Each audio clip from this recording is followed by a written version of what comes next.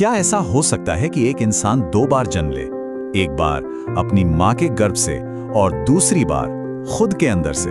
आज हम इसी पावरफुल आइडिया को समझने वाले हैं और जानेंगे वो फॉर्मूला जो 2026 को सिर्फ एक और साल नहीं बल्कि एक पूरे ट्रांसफॉर्मेशन का, एक पुनर्जन्म का मौका बना सकता है। सोचिए इस एक लाइन में कितना गहरा सच है। पहला जन्म वो तो हमें किस्मत से मिलता है ना? उसे हम चुनते नहीं, लेकिन ये जो दूसरा जन्म है ना, वो एक चॉइस है, वो एक फैसला है।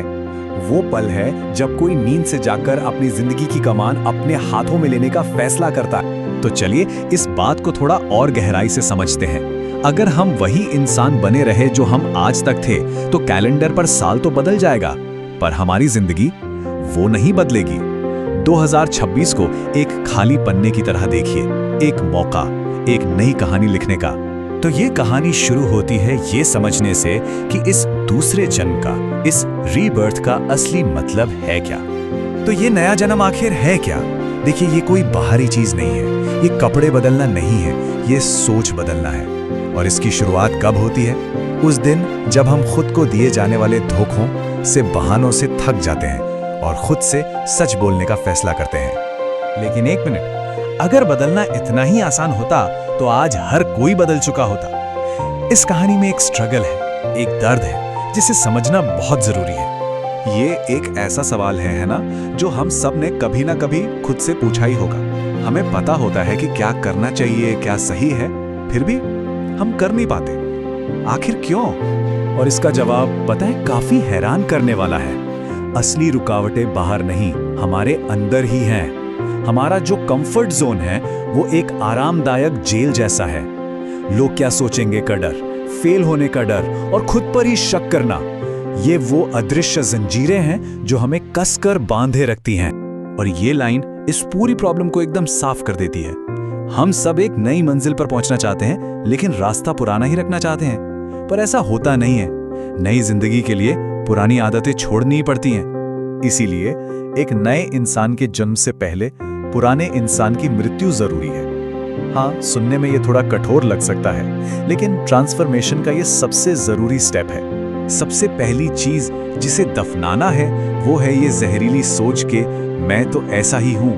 ये सबसे बड़ा झूठ है जो हम खुद से बोलते हैं। ये न बदलने का एक बहाना है। ये कहना कि मैं ऐसा ही हूं अपनी पोटेंशियल की, अपनी क्षमता की बेइज्जती करने जैसा है। दूसरी चीज है आत्मदया, यानी सेल्फ पिटी। देखिए, दर्द हम सबकी जिंदगी में है, लेकिन जब हम अपने दर्द को ही अपनी पहचान बना लेते हैं तो हम वहीं रुक जाते हैं। दर्द आपकी कहानी का एक चैप्टर हो सकता है, पूरी किताब नहीं। और तीसरी और आखिरी चीज जिसे दफनाना है वो है बहाने। मेरे पास टाइम नहीं है, अभी हालात सही नहीं है, ये सबसे कॉमन एक्सक्यूजेस हैं। सच तो यह है कि समय निकालना पड़ता है और हालात कभी भी 100% सही नहीं होते। 2026 में इन बहानों का अंतिम संस्कार करना ही हो तो जब पुराने मैं की राख हट जाती है, तब शुरू होता है नए मैं को बनाने का काम। और यकीन मानिए, ये सबसे एक्साइटिंग हिस्सा है। तो ये नया स्वरूप बनेगा कैसे? ये रहा उसका 4 स्टेप का ब्लूप्रिंट। सबसे पहले तय कीजिए कि आप बनना क्या चाहते हैं। अपनी नई पहचान चुनें, फिर उस पहचान से जुड़ा एक साफ सुथरा लक्ष्य तय करें, उसे पाने के लिए अनुशासन बनाएं और आखिर में अपने दिमाग को उस नई हकीकत के लिए तैयार करें। और यहाँ एक बात समझना बहुत बहुत जरूरी है, मोटिवेशन और डिसिप्लिन में फर्क। मोटिवेशन एक चिंगारी की तरह है जो आती जाती रहती है, लेकिन डिसिप्लिन वो आग है जिसे हम रोज जलाए रखते हैं। मोटिवेशन आपको शुरुआत दे सकता है, लेकिन मंजिल तक सिर्फ डिसिप्लिन ही पहुंचाएगा। शब्द, खासकर वो जो हम खुद से कहते हैं, उनमें गजब की ताकत होती है। इन वाक्यों को रोज दोहराने से हम धीरे धीरे अपने सबकॉन्शियस माइंड को ये विश्वास दिलाते हैं कि बदलाव मुमकिन है और वो हो रहा है। तो हमने ये तो देख लिया कि क्या करना है, लेकिन अब सवाल है कैसे। नया स्वरूप रोज की छोटी छोटी आदतों और प्रैक्टिस से ही बनता है। ये एक डेली रूटीन का सैंपल है। सुबह की शुरुआत शांति और क्लैरिटी के साथ, अपने लक्ष्य को याद करके दिन भर उस लक्ष्य के लिए काम करना और पुरानी आदतों की तलब से लड़ना। और रात को सोने से पहले खुद से पूछना कि आज का दिन कैसा रहा। और ये जो रात का आत्ममंथन है ना, उसका सार इस लाइन में है। जब हम रोज खुद से जुड़ते हैं, खुद से बात करते हैं, तो हम अपने रास्ते से भटकते नहीं, हमें पता होता है कि हम कहाँ जा रहे हैं और क्यों।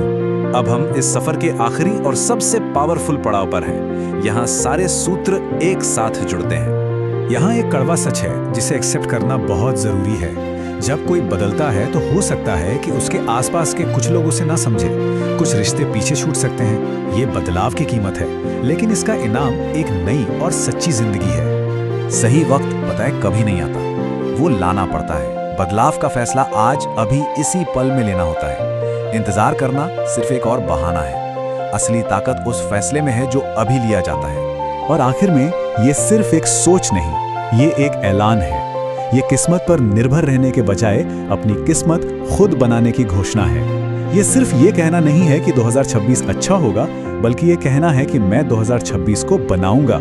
तो सवाल ये है कि क्या इस ऐलान के लिए तैयारी शुरू की जाए?